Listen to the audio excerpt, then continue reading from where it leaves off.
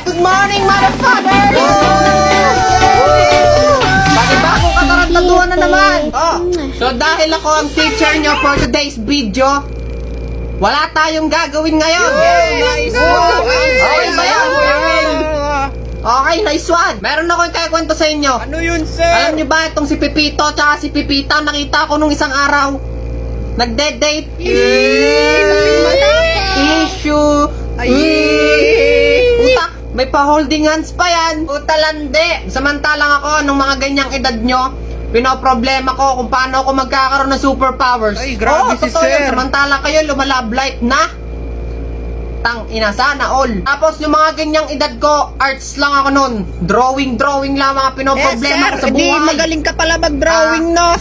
Speaking of drawing, sino magaling mag-drawing dito? Sir, magaling ako Ikaw? mag-drawing, sir! Sir, ako magaling ako Ikaw, mag-drawing, sige, sir. ganito na lang. Magpapalaro na lang ako. Yun! Magdo-drawing kayong lahat o gumawa kayo ng arts, ganon. Tas kung sinong may pinakamaganda, bibigyan ko ng 1,000 shitty meals. May pa 1,000 shitty meal! Okay sa inyo? Okay na, okay, Okay, sir! game. Okay, ha? Hindi ko to, tignan kung sino may mga magagandang drawing dyan. Diyos ko po, iho, ano yan? Sir, painting po, sir, ng mushroom. Mushroom. Putang ina, kala ko tite. Okay, yung sa'yo, iho, ano yan? Ano po, sir, yung puno po ng nara. Puno ng nara.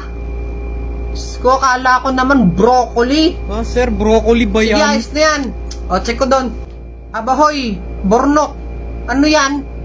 Di ba sabi ko mag-drawing, maggawa ng arts? Ba't ka nagsa-cellphone? Sir? Ito arts.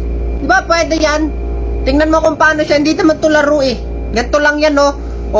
Yung mga colors, ganyan lang siya gamitin. Pipindot mo lang to. Halimbawa, itong number 1 dito, itong number 2 doon. Yan.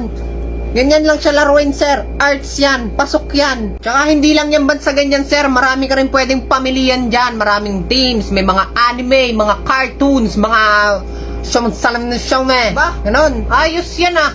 Guys, ibahin na natin ang tema. Tema? Basta, ibahin nyo na. Huwag na kayo sa papel mag-drawing. Pang-arts din siya.